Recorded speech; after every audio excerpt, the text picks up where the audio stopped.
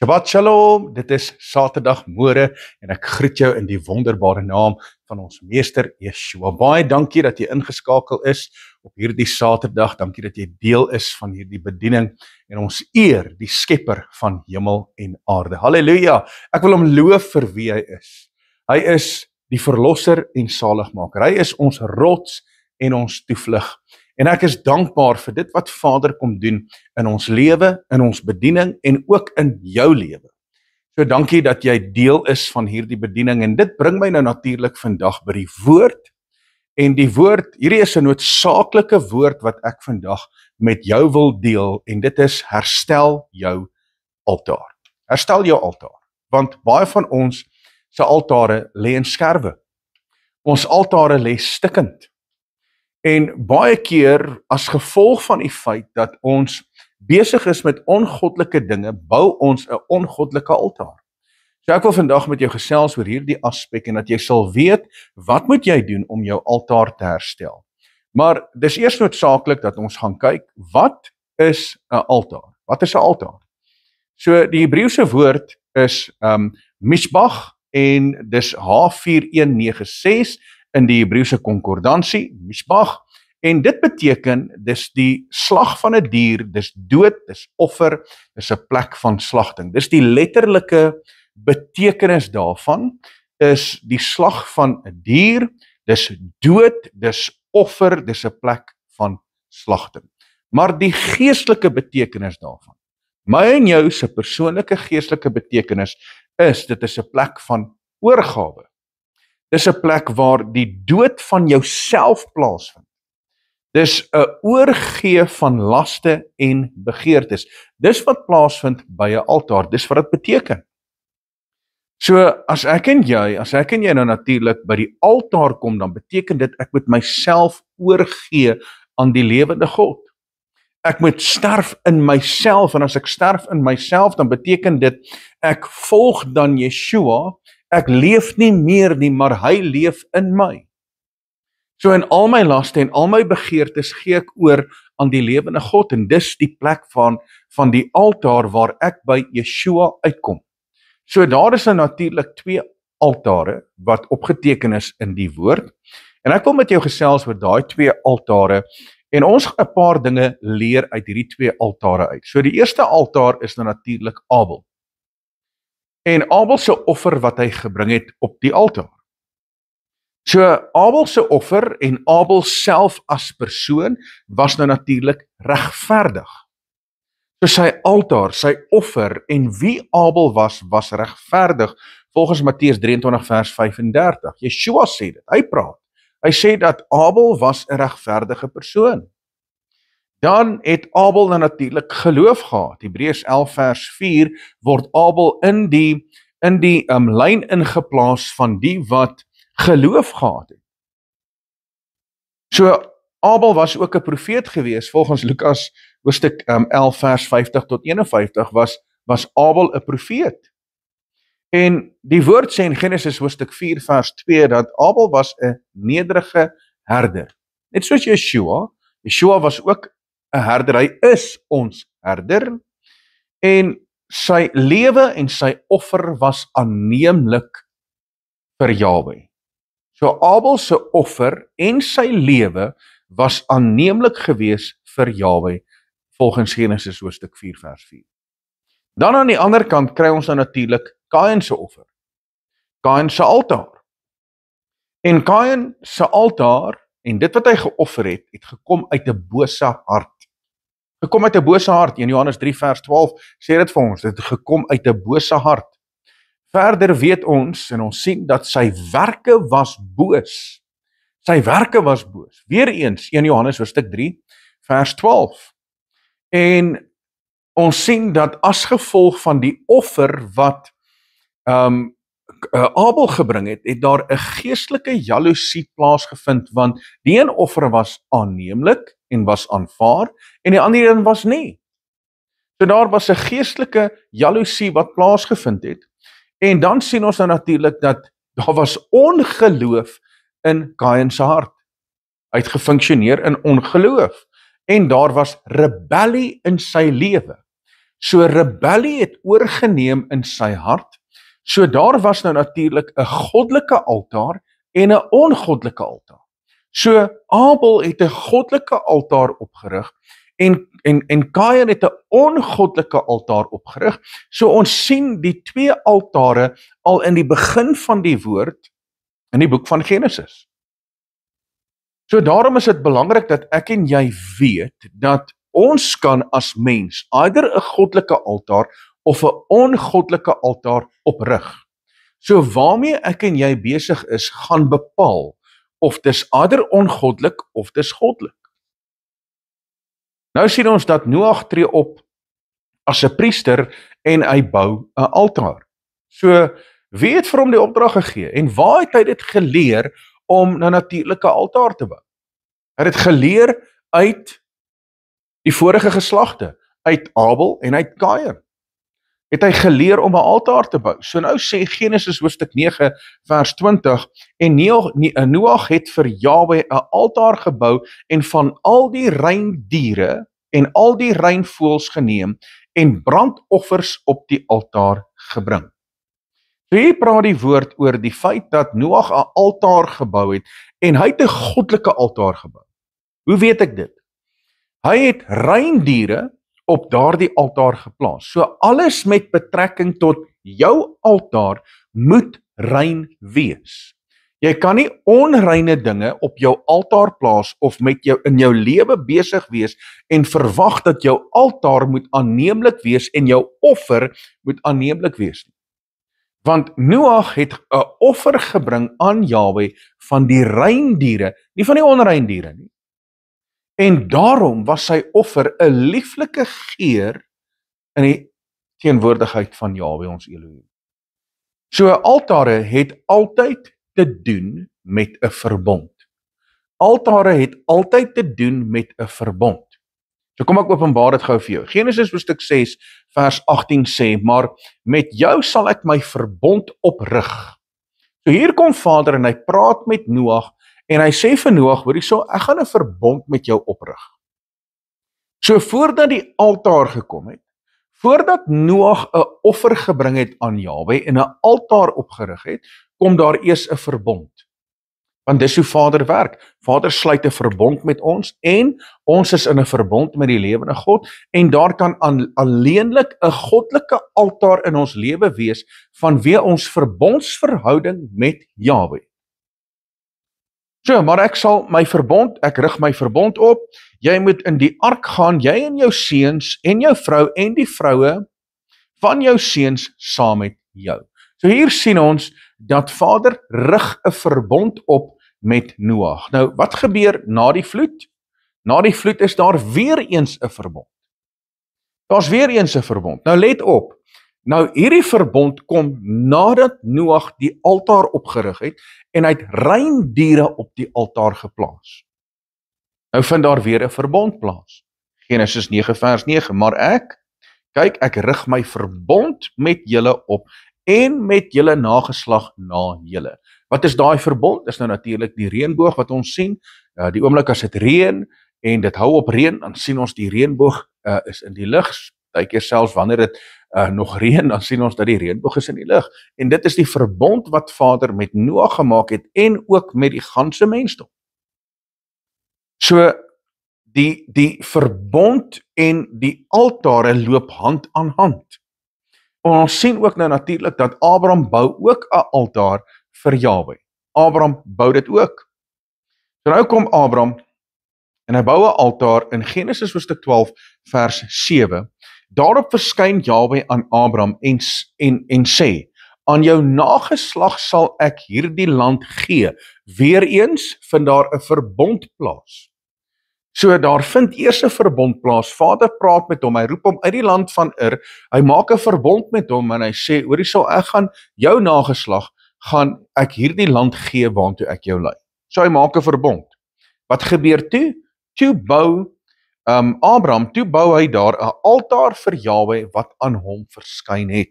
So 'n altaar gaan altyd te paart met 'n verbond en dit het te maak met ons ontmoeting met die lewende God.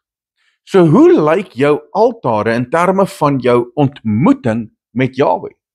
Waar jy op 'n daaglikse basis, 'n weeklikse basis, 'n maandelikse basis, 'n jaarlikse basis met Jahwe ontmoet. Want onthou een ding, ek en jy het vrye toegang tot in die troon van Jahwe. Ons het vrye toegang, want die voorhangsel is geskeur van bo tot onder. Vanweer die bloed van die lam kan ek en jy toegang kry tot die allerheiligdom. So daarom het ons toegang, en as ons toegang het, kan ons 'n ontmoeting hê met die skepper van hemel en aarde, en die oomblik wanneer ons 'n ontmoeting het, dan versterk ons en ons rig ons altaar op. Maar dit het altyd te maak met 'n verbond. So hoe lyk jou verbond met Vader? So altare het ook te doen met ons aanbidding. Dit het te doen met aanbidding.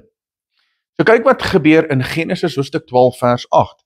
En daarvandaan het hy verder versit na die gebergte van Bethel, oos van Bethel, en sy tent opgeslaan tussen Bethel aan die weste en Ai aan die ooste kant, en daar vir Jahwe 'n altaar gebou en die naam van Jahwe aangeroep. Met ander woorde, daar was aanbidding. So jou altare het te doen met jou aanbidding en waarmee jy besig is in terme van jou aanbidding. En onthou een ding, aanbidding is nie net 'n liedjie wat ons sing nie. Dis nie net 'n worship liedjie wat ons nou sing en nou sing ons saam en dis nou aanbidding nie. Nee, aanbidding is jou lewenswyse. Aanbidding is hoe jy Vader benader. Aanbidding is wat jy doen in die teenwoordigheid van Jahwe. Hoe jy dit uitleef. Dis aanbidding. Aanbidding is jou daaglikse lewe wat jy lewe vir die skepper van hemel en aarde. Net so terloops, as jy in die voertuig ry en daar is konflik op die pad en hoe jy daai konflik hanteer en hoe jy funksioneer, wat jy sê, hoe jy optree, dis alles te maak met jou aanbidding. En ons vergeet baie keer dat ons is besig om Vader te aanbid in ons gees, siel en liggaam. En ons dink, ag weet jy wat, dit gaan nou net oor die Shabbat samekoms waar ons by mekaar kom, waar ons dan ons hande oplig en ons sing tot eer van sy naam. Nee, dis nie aanbidding nie. Aanbidding is jou daaglikse lewe. Jou daaglikse lewe. So altare het ook te doen met die oorgawe aan die wil van Jahwe in jou lewe. Kyk wat sê Genesis 22 vers 9. Toe hulle kom op die plek wat Elohim aan hulle aangewys het, het Abraham daar die altaar gebou en die hout neergelê. Daarna het hy sy seun Isak gebind en hom bo op die altaar, bo op die hout gesit. So hier moes Abraham, hy 'n volle oorgawe gemaak het aan die wil van Jahwe. Kan jy imagine? Jy kry daardie opdrag om te sê, hoor hierso, vat jou kind, jou enigste kind, en gaan offer hom vir Jahwe. Wat gaan jy doen? Jy gaan heel waarskynlik vra, maar hoor hierso wat ek nou reg gehoor, Vader, wil u net gou daai weer vir my uitklaar? Ek wil net seker maak, bevestig dit net gou vir my. Kan jy imagine as jy dalk jou vrou moet sê, hoor hierso, ek moet ons enigste seun vat, en ek moet hom gaan offer. Jou vrou gaan 'n baie opskop. Sy gaan sê, daar's nie 'n manier nie. So, baie keer in ons lewe is daar dinge wat Vader wil hê ons moet oorgee. Daar's baie keer dalk gewoontes waarmee jy besig is, wat Vader nie behaag nie. Daar's dalk dinge in jou lewe wat Vader nie behaag nie, en wat dalk jou verhouding met Jahwe beïnvloed. Want onthou een ding, dit het nie met Abraham, dit het nie gegaan oor Isak nie. Jahwe wou nie vir Isak gehad het nie, hy het eintlik vir Abraham gesoek.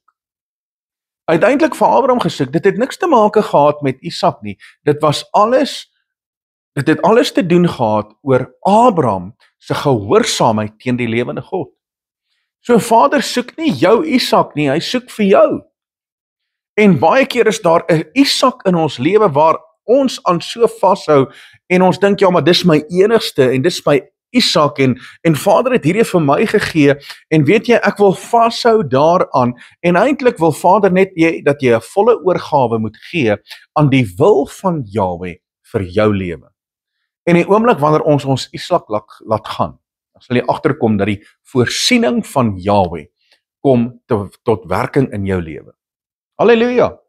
So, altare het ook te doen met die voorsiening van Jahwe in ons lewe. Dit het ook te doen met Jahwe se voorsiening.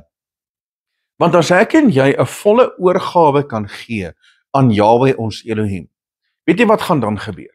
Dan gaan ons die hand van Jahwe in ons lewe ervaar. Dan gaan ons sy voorsiening ervaar.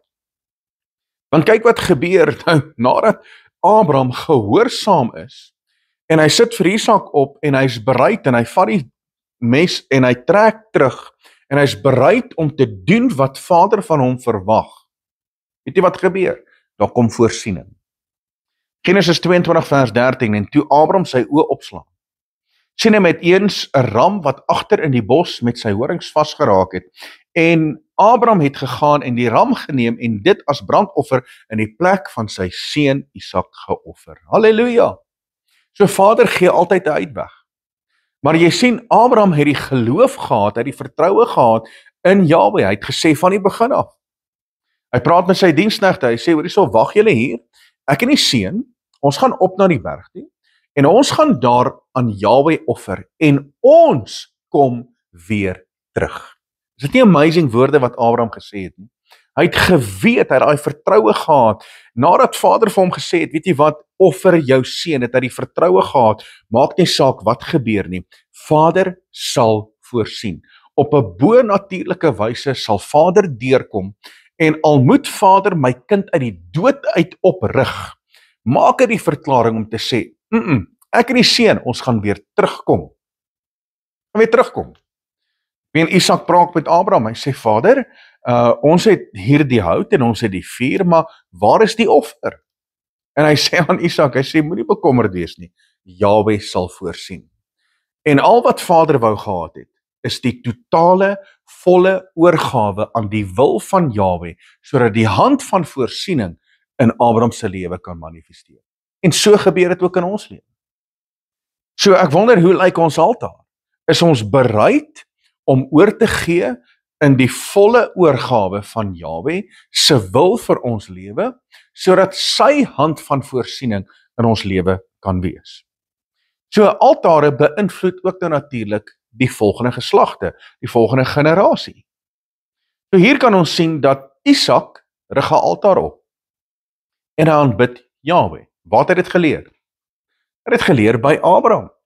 Inteendeel was Isak op die altaar. So Isak het geweet en hy het geleer wat dit beteken om 'n altaar op te rig. Hy het presies geweet wat 'n altaar beteken en hoe hy moet funksioneer in terme van hoe om 'n altaar op te rig en hoe om Jahwe te aanbid, want hy rig 'n altaar op en hy aanbid Jahwe en hy het dit geleer by sy pa. Hy het dit geleer by Abraham. En nou sien ons dat Jakob rig ook 'n altaar op. Jakob rig ook 'n altaar op en hy aanbid Jahwe. So, wie was Isak se pa? Was nou natuurlik Abraham. Wie was Jakob se pa? Was nou natuurlik Isak. En nou sien ons dat Moses rig 'n altaar op en hy verklaar dat Jahwe is Jahwe Nissi. Hy verklaar dit. So by wie het Moses dit geleer? Hy het dit geleer by die vorige geslagte, die vorige generasie. En jy sien, dit beïnvloed die volgende generasie positief, waar selfs Josua rig 'n altaar op en hy bring eerbied aan Jahwe. Nou, by wie het Josua dit geleer? By Moses, want hy het saam met Moses geloop. Hy het geleer alles by Moses. Maar net soos wat die altare die volgende generasie beïnvloed, en ons sien hier is 'n positiewe beïnvloed, waar Isak en Jakob en almal positief beïnvloed is, so kan die altare ook negatief beïnvloed, want dit hang af wat se altaar jy bou. Is jy besig met 'n goddelike altaar, of is jy besig met 'n ongoddelike altaar? Want die goddelike altare het nou natuurlik die volgende generasie positief beïnvloed, maar 'n ongoddelike altaar beïnvloed ook die volgende generasie. En ons sien dit in vandag se tyd. Ons sien dit selfs in die Bybelse tyd, waar ongoddelike altare die volgende generasie beïnvloed. Kyk na die konings. Waar daar 'n goddelose koning was, die volgende generasie was ook goddeloos. En sy vader tussen beide getree het en daar daadwerklik iets gebeur het, was die volgende generasie was absoluut goddeloos. En nou kom ons weer by twee altare. Ons kom weer by twee altare. En hierdie twee altare is nou natuurlik Dawid en Saul. Nou kyk wat gebeur hier. Dawid herstel die aanbidding tot Jahwe. Hy bou 'n altaar en hy herstel die aanbidding tot Jahwe. Dis belangrik, mense. Ek en jy moet ons ware aanbidding teenoor Jahwe herstel. Want die woord verklaar, Yeshua sê dit in Johannes hoofstuk 4 vers 23-24. Hy sê dat daar die ware aanbidders Jahwe sal aanbid in gees en in waarheid. Hierdie is noodsaaklik. Ons moet hierdie snap. Gees en waarheid. So ek kan nie net waarheid hê en ek ontbreek in die gees nie. Ek kan nie gees hê en ek ontbreek in die waarheid nie, want dan gaan ek baie maklik onder 'n valse leerstelling kom. Selfs met die waarheid. As ek net die waarheid aanhang en ek ontbreek in die gees van Jahwe, gaan ek net so maklik 'n valse leerstelling aanhang. En so maklik kan die anti-kris gees in 'n mens se lewe inkom. Net soos by net die gees aspek, as ek net fokus op die gees en die waarheid ontbreek, kan daar maklik die Kundalini gees begin posvat in mense se lewens. Die Vader verwag van ons dat daar 'n herstel sal wees van ware aanbidding. Herstel tot aanbidding tot Jahwe. En wat is daai aanbidding? Gees en waarheid. Gees en waarheid. En Dawid het nou natuurlik die regte hart en die regte bedoeling gehad. Alles wat hy gedoen het, het hy gedoen met 'n opregte hart en die regte bedoeling. So het Dawid droog gemaak, verseker het Dawid droog gemaak. Maar die oomblik toe hy droog gemaak het, was sy hart op die regte plek. Hy het die regte hart en die regte bedoeling gehad. Hy het berou gehad vir dit wat hy gedoen het. Hy het uitgeroep tot Jahwe en Vader het hom vergewe. En nou natuurlik die ander kant van die altaar is Saul. En Saul het 'n altaar opgerig as gevolg van ongeregtigheid aan Jahwe, ongehoorsaamheid aan Jahwe.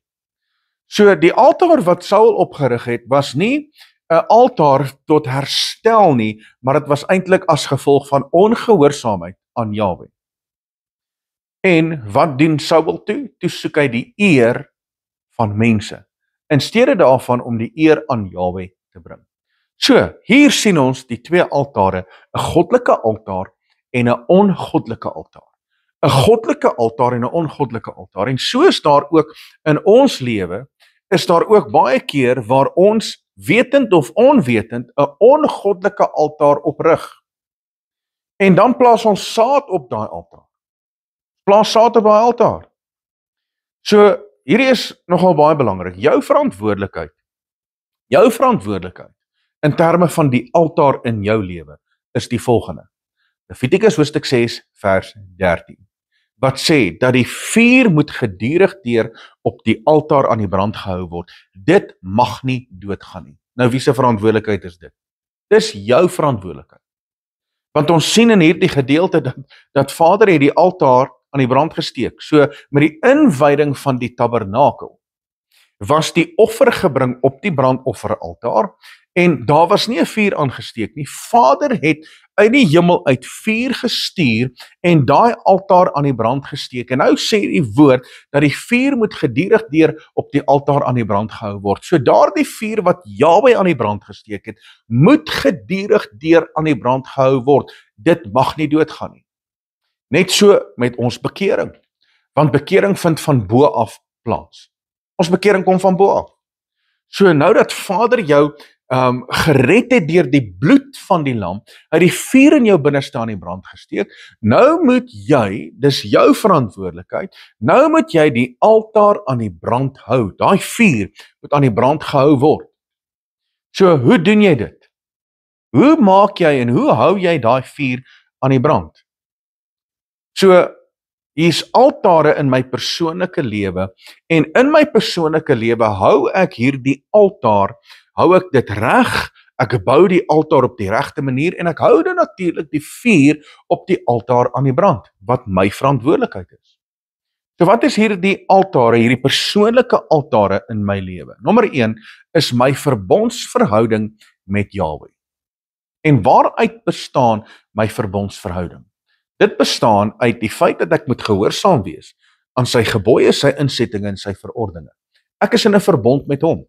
Dit word bevestig deur die bloed van Yeshua, die bloed van die lam. So daardie verbond word bevestig. Dan die tweede altaar in my persoonlike lewe is dan natuurlik my aanbidding, my gebed. My aanbidding en my gebed, dis so ek my altaar aan die gang hou, dis so ek die vuur op die altaar aan die brand hou. Volgende een is gehoorsaamheid. Want deur gehoorsaamheid is ek besig om die altaar, die goddelike altaar te bou, en ek is besig om die vuur aan die brand te hou op daardie altaar. Dan kom dit nou natuurlik na my vertroue in die voorsiening vir Jahwe. Ek vertrou nie op enigiets anders nie. Ek vertrou op die lewende God. Ek vertrou op sy voorsiening, want jy sien, die oomblik wanneer ek 'n totale oorgawe aan Jahwe gee, dan beteken dit my wil of my wil is ondergeskik aan die wil van Jahwe. Dan gee ek 'n volle oorgawe, en wanneer my wil ondergeskik is aan die wil van Jahwe, dan kom die hand van voorsiening in my lewe.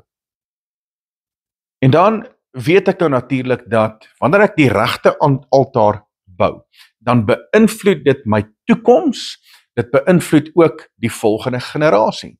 Want as my altare reg is, dan beteken dit my huishouding is reg.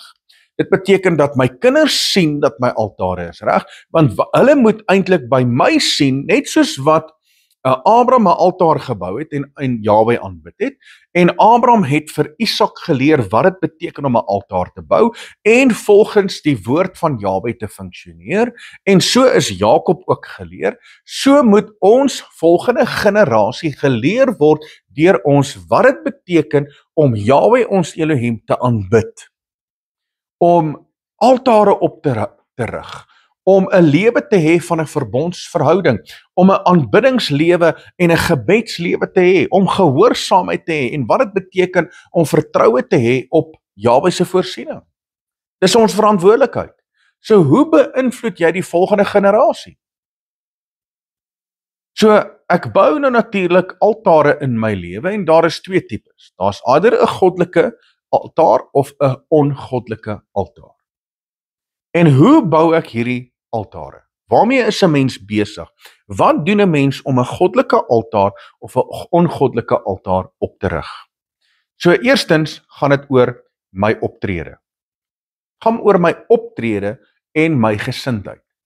So dit wat ek doen op 'n daaglikse basis, my optrede en my gesindheid teenoor ander en hoe ek funksioneer in hierdie wêreld, gaan eider saad plaas op 'n ongoddelike altaar of 'n goddelike altaar. Selfs wanneer jy in die verkeer is, en jy tree verkeerd op en jy het 'n verkeerde gesindheid, is jy besig om saad te saai op die ongoddelike altaar. So hoe funksioneer jy wanneer jy in die publiek is? Want ouens, dit gaan nie net oor jou binnekamer nie. Ons kan die mees amazingste verhouding hê in ons binnekamer. Met ander woorde, hierdie vertikale verhouding is amazing, totdat ons uitbeweeg, en dan sien ons maar ons horisontale verhouding ontbreek. Dan is ek eintlik besig om saad te saai op 'n ongoddelike altaar, as my gesindheid en my optrede nie reg is nie. Dan natuurlik my geloof of ongeloof. So eerder ek saai saad van geloof op my goddelike altaar, of ek saai saad van ongeloof op 'n ongoddelike altaar. En dan natuurlik die woorde wat ek en jy spreek. Is dit woorde van positiwiteit of is dit negativiteit? Is dit afbreekend? Is dit neerhalend? Is dit sarkasme? Waarmee is ek besig en wat sê ek op 'n daaglikse basis? Want dit beïnvloed my lewe, dit beïnvloed ander mense se lewens en dit beïnvloed my altaar. En dit gaan die verskil inbring tussen eerder 'n goddelike altaar of 'n ongoddelike altaar. En dan gehoorsaamheid aan Jahwe. Is ek gehoorsaam, is ek ongehoorsaam? As ek ongehoorsaam is ek nou net so Saul en ek is besig om 'n ongoddelike altaar te bou. Selfs met Kain, hy was besig om 'n ongoddelike altaar te bou. So is ek gehoorsaam of is ek ongehoorsaam? Dien ek Jahwe of is daar afgodery in my lewe? En baie keer doen ons dit onwetend, want daar afgodery in ons lewe kom en ons plaas ander dinge meer belangrik en hoër as Vader Jahwe in ons lewe en dan dink ons maar ons dien hom, maar eintlik is ons besig met afgodery. So dan is ons besig met 'n ongoddelike altaar in ons lewe. So wat moet ek dan doen met 'n ongoddelike altaar? Wat moet ek doen met 'n ongoddelike altaar? So as daar 'n ongoddelike altaar in jou lewe is, wat moet jy doen? Eksodus 34 vers 13 sê, maar hulle altare moet julle omgooi en hulle klippilare verbrysel en hulle heilige boomstamme afkap. Dis jou verantwoordelikheid. Jy moet gaan kyk, is daar verkeerde altare in my lewe? En hoe lyk hierdie altare en wat moet ek dan doen as daar 'n ongoddelike altaar in my lewe is? Jy moet hierdie altare omgooi. Jy moet dit breek in die naam van ons meester Yeshua. En kan ek gou vir jou sê, wat is hierdie altaar? Hier sê die woord, Eksodus 34 vers 13. Hy sê, maar hulle altare moet julle omgooi en hulle klippilare verbrysel en hulle heilige boomstamme afkap. Kan ek gou vir jou sê, wat is hierdie? Hierdie is religion. Dit is godsdienst, mense, dit is religion, want in religion dink ons bou altare, en ons is besig met goddelike altare, maar eintlik in religion is ons besig met ongoddelike altare. En ons is besig met heilige boomstamme, en ons dink ons vereer Vader, maar eintlik is ons so weg van die waarheid af, ver weg van die waarheid. So daarom moet ons terugkom na die wee van Skepper lewende God en ons moet gaan kyk, hoe lyk ons altare? Is daar ongoddelike altare in ons lewe of is daar goddelike altare in ons lewe? So die heilige altaar van Jahwe word self vernietig en dit word vernietig deur godsdiens. Word vernietig deur godsdiens. Kyk wat gebeur hier, 1 Konings 19 vers 10. En hier praat Elia, en hy praat spesifiek oor godsdiens, mense. Luister wat sê die woord, ek het baie geëiwer vir Jahwe, die Elohim van die leerskare, want die kinders van Israel, wie? Die kinders van Israel, het u verbond verlaat, u altare afgebreek, en u profete met 'n swaard gedood. So wie het dit gedoen? Kan ek vir jou sê wie het dit gedoen? Godsdiens. Want die kinders van Israel het dit gedoen. En vandag doen godsdienst dit nog steeds. Hulle breek die verbond van Jahwe, hulle verlaat die verbond, hulle verbreek die heilige altaar van Jahwe, en hulle maak die profete dood met 'n swaard. Met ander woorde, as ek in daardie tyd gelewe het hulle my ook doodgemaak. Weet jy hoekom? Want ek verkondig die woord, die ongefilterde woord van Jahwe, om te sê, keer terug na Jahwe, keer terug na sy insettinge, keer terug na die heilige verbond. Maak jou altaar reg, herstel dit. Breek af die ongoddelike altare. Keer terug na sy Shabbat, sy insettinge, sy verordeninge, sy wet en na die feeste. En wat doen hulle? Vandag, hulle haal my uit. Hulle maak die profete dood. Godsdienst doen dit. So as ek in daai tyd geleef het hulle my seker doodgemaak. Maar is okay, of hulle my nou wil doodmaak vandag of nie, ek gaan aanhou om die woord van Jahwe te verkondig. Maar hier sien ons, dat die heilige altaar van Jahwe word vernietig. En mense, kyk net so 'n bietjie wat gebeur onder die dekmantel van godsdienst vandag. En dis nie meer heilig nie. Daar is nie meer daai heilige ontsag vir Jahwe nie, en vandag word dit 'n sirkus. En as jy kyk na wat aangaan in soveel godsdienstige sirkels, dan kom ek agter, maar hulle het die plot verloor, hulle sit dit heeltemal mis. Daarom moet ek en jy weer die altaar oprig, dat ons 'n goddelike altaar sal hê. So, ek en jy moet die altaar herstel. Ons moet die altaar herstel. Herstel die altaar in jou lewe. Nou wil ek jou vat na 1 Konings hoofstuk 18 vers 30. Nou moet jy mooi saam met my volg. 1 Konings 18 vers 30. Toe sê Elia vir die hele volk, kom nader na my. Nou, ons weet wat hier gebeur. Die volk kom by mekaar. Daar is 'n klomp Baalprofete. Elia is daar. Hy daag die Baalprofete uit. En hulle nou met hulle 'n altaar oprig. En nou is die Baalprofete eerste besig en hulle moet nou roep dat Baal vir hulle vuur uit die hemel uit sal bring. En daai klomp Baalprofete gaan te kere en hulle sny hulle oop, laat die bloed loop en Elia spot met hulle. En nou kom Elia, nadat al hierdie goed gebeur het en hy sê, weet jy wat, julle is 'n bespotting vir julleself. Right, nou is dit my beurt. Nou is dit my beurt. En hy begin om die altaar te herstel op die tyd van die laaste offer van die dag. En kyk wat sê die woord. Dit was ongeveer 3 uur die middag waar die laaste offer moet plaasvind in die tempel, die laaste offer van die dag. So herstel alles in terme van God se woord.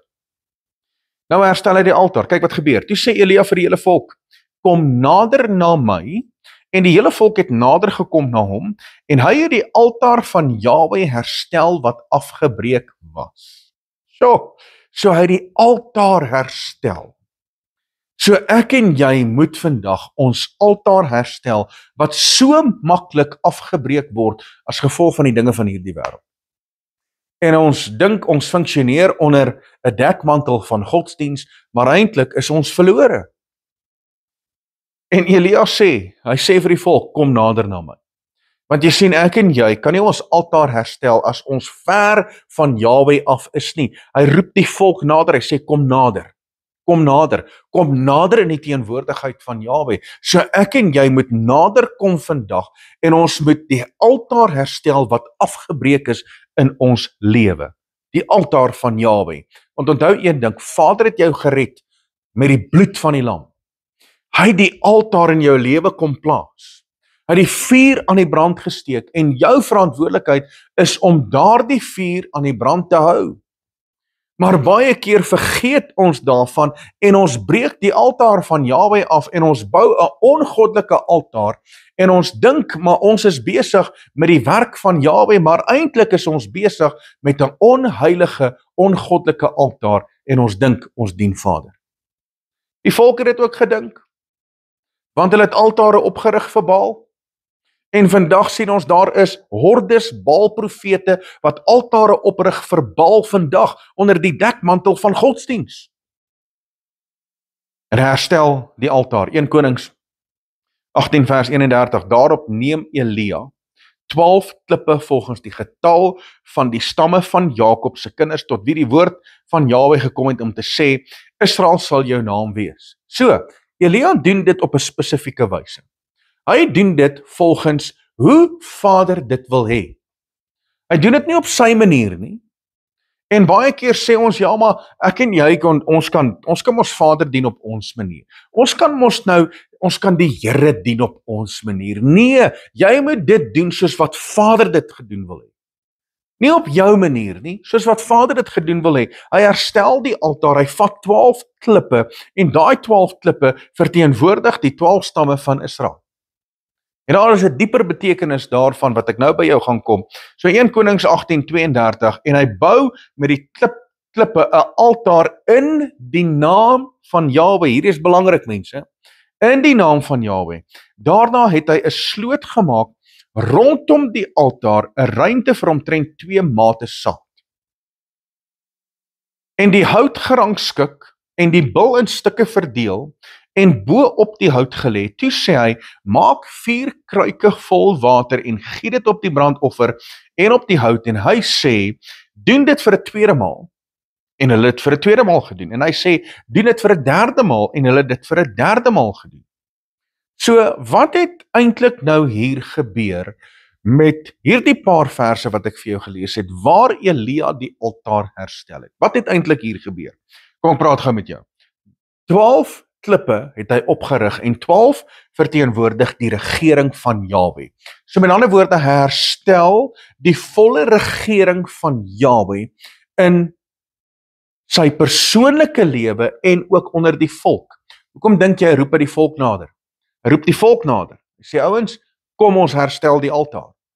Vandag moet die regering van Jahwe weer terugkeer onder die volk van Israel. So die regering van Jahwe word herstel. Tweedens, die naam van Jahwe word herstel, want ouens, die naam van Jahwe is heilig.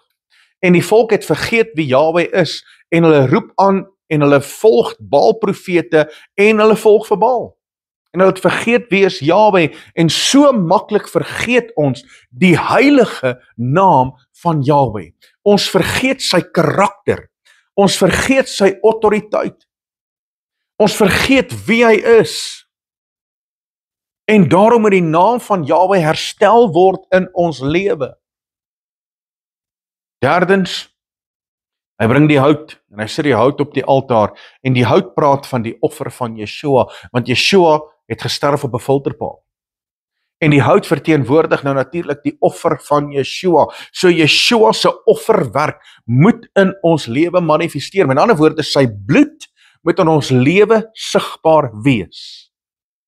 En dan kom hy en hy bring die bil en hy kap die bil in stukke en hy sit die bil op die offer, want dit verteenwoordig die brandoffer sonder gebrek. En die bil verteenwoordig nou natuurlik Yeshua, want Yeshua is ons brandoffer. As jy gaan kyk na al die offers in die boek van Genesis, in die boek van Levitikus, dan sal jy sien, elke offer is 'n verwysing na Yeshua en die werk wat hy vir ons kom doen het op Golgotha. So alles hier gaan oor Yeshua. En ons 'n brandoffer sonder gebrek gebring. En dan bring hulle die water. En hy gooi die water uit oor die altaar en Yeshua is nou natuurlik die lewende water. So daar is 4 kruike van water wat opgevul was en 4 is die numeriese water vir Messia, Yeshua. So kan jy sien, dit gaan alles oor Yeshua, so die fondasie word herstel, die altaar word herstel in sy volle glorie. En dan sê hy, doen dit 3 maal. En 3 maal beteken, die verbond word herstel. Want 3 beteken covenant, 3 beteken verbond. En die verbond wat die volk verlaat het, is weer herstel. En die oomblik toe dit gebeur, as jy sien die 4 kruike, dis 3 keer uitgegooi, dit gee 'n totaal van 12, en 12 beteken dis die herstel van die regering en die gesag van Jahwe. En die oomblik toe dit gebeur, toe gebeur daar iets. Daar kom vuur van Jahwe op die altaar. Halleluja! Daar kom vuur van Jahwe op die altaar. Nou kyk gou hier. Hierdie is baie belangrik vir jou om te weet. 'n Ongoddelike altaar brand van onder af op. Luister nou mooi. 'n Ongoddelike altaar brand van onder af op. Kyk net so 'n bietjie wanneer jy 'n vuur aansteek. Daai hout brand van onder af boontoe. En as jy daai hout los en jy spandeer nie tyd nie en jy gee nie aandag nie en jy gooi nie hout op daai vuur nie, gaan daai hout uitbrand. Want hy brand van onder af op. Hy gaan uitbrand. Net soos jy as mens. Jy kan nie besig wees met 'n ongoddelike altaar en brand van onder af op nie, want as jy brand van onder af op, dan voed jy jouself uit die wêreld, uit dit wat aards is, dan word jy gevoed. En as jy daaruit gevoed word, gaan jy uitbrand. Jy gaan nie behoue kan bly nie. Dis 'n ongoddelike altaar. Maar jy sien, ons dink dis oukei om maar net uit die wêreld gevoed te word en ons hou onsself daarmee besig en ons dink dis oukei, maar ons besef nie dat ons is besig met 'n ongoddelike altaar en dan brand jy uit. Maar 'n goddelike altaar brand van bo af ondertoe. Net soos die vuur wat op die altaar geval het, daai vuur het geval van bo af ondertoe. Daai vuur het geval van bo af ondertoe. Nie van onder af boontoe nie, van bo af ondertoe daai vuur geval, net soos jou bekering, jou redding wat plaasvind van bo af ondertoe. So mense, dit is so belangrik, dat ek en jy sal toelaat dat ons altaar gevoed word van bo af ondertoe. Ons moet 'n goddelike altaar hê, en dat ons goddelike altaar Jahwe sal verheerlik. En hierdie is die laaste skrif wat ek vir jou wil gee, die heel laaste skrif. En hierdie skrif sê die volgende.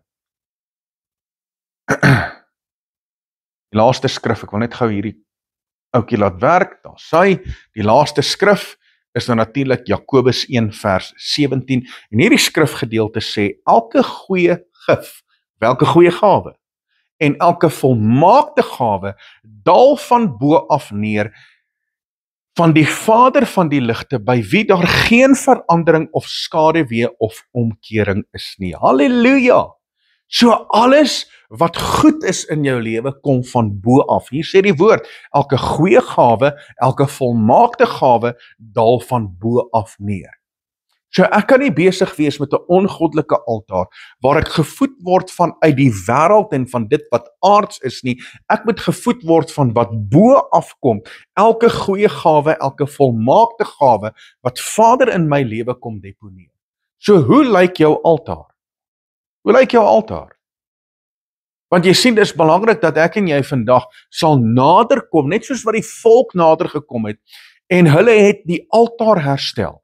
So, ons moet bid vandag vir die herstel van ons altare in ons lewe.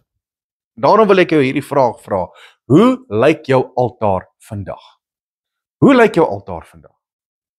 Want as jy besig is met 'n ongoddelike altaar, wat is die ding wat jy moet doen? Wat is jou verantwoordelikheid? Jou verantwoordelikheid is om die vuur op die altaar aan die brand te hou en om dit aan die brand te hou op die goddelike altaar. Wat jy dan ook moet doen is, jy moet die altare stikkend breek. Jy moet die ongoddelike altare stikkend breek. Jy moet daai godsdiens mindset moet jy breek vandag en die klipaltare, daai klippilare en die heilige boomstamme moet verwyder word, dat jou altaar vandag herstel sal wees, dat die vuur van Jahwe weer in jou lewe sal brand van bo af onder toe, dat jy nie sal uitbrand nie. Want die oomblik wanneer jy gevoed word van onder af boontoe brand jy uit, maar van bo af onder toe gaan jy behoue bly en Vader gaan kom seën in jou lewe. Halleluja! So ek wil saam met jou bid. En ek wil bid dat daar vandag 'n herstel sal plaasvind op jou altaar. Daar vandag 'n herstel sal plaasvind hier binne. Maar ek wil jou nooi, kom nader. Kom vandag nader in die teenwoordigheid van Jahwe. So, maak jou gees oop. Maak jou hart oop, maak jou lewe oop vandag. En dat jy vandag sal weet dat die lewende God wil diep in jou lewe weer aan die brand kom steek. En ek wil sommer hê dat jy jou hande moet oplig daar waar jy is. Dat jy net sal oorgee, dat dit 'n sign van surrender sal wees, dat die vuur vandag van Jahwe weer in jou lewe sal val, en dat daar herstel sal kom in jou lewe. Kom ons bid saam. Vader, dankie. Dankie vir hierdie boodskap, dankie vir u woord. En dat ons vandag weer u woord kan uitdra, dat dit 'n verskil kan maak in mense se lewens. En ons wil kom, Vader, ons wil ons kom repent. Ons wil sê ons is jammer vir die ongoddelike altare wat ons bou in ons lewens. Dat ons toelaat, Vader, dat ons woorde saad kom saai op hierdie ongoddelike altare. Dat ons optrede saad saai op 'n ongoddelike altaar. Vader, dat ons gesindheid en selfs ons ongehoorsaamheid teenoor die lewende God, dat dit saad saai op 'n ongoddelike altaar. Vader, vergewe ons dat ons dit doen wetend of onwetend. En help ons vandag, Vader, dat daar 'n totale herstel in ons lewe sal wees. Vader, u verwag van ons dat ons die vuur op die altaar aan die brand sal hou, en nou is dit ons verantwoordelikheid, Vader, om hierdie altare te identifiseer en u woord verklaar dat ons dit moet breek. Vader, nou breek ek elke ongoddelike altaar in mense se lewens, en Vader, ons wil kom met die gesag en die autoriteit van Jahwe, en ons skop hierdie altare stikkend, ons verbrysel dit vandag met die woord van Jahwe. Ons breek die klippilare. Vader, ons gooi die heilige boomstamme, gooi ons om, en dat ons vandag nie in 'n godsdiens mindset sal funksioneer nie, maar in 'n verbondsverhouding met Jahwe ons Elohim. Halleluja. Vader, herstel vandag ons verbond. Herstel vandag ons lewe van binne af buite toe, en dat ons altare gerig sal wees op gehoorsaamheid, op gebed en aanbidding. Vader, dat ons altare gerig sal wees, Vader, op gehoorsaamheid aan die lewende God. Dat ons 'n totale oorgawe sal gee, Vader, sodat ons die voorsiening van Jahwe in ons lewe sal ervaar. Vader, ek bid nou vir elke persoon wat vandag hulle gees en hulle hart oopmaak. Vader, dat U 'n verskil sal kom bring in hulle lewe. Vader, dat daar weer 'n herstel sal wees en 'n herlewing.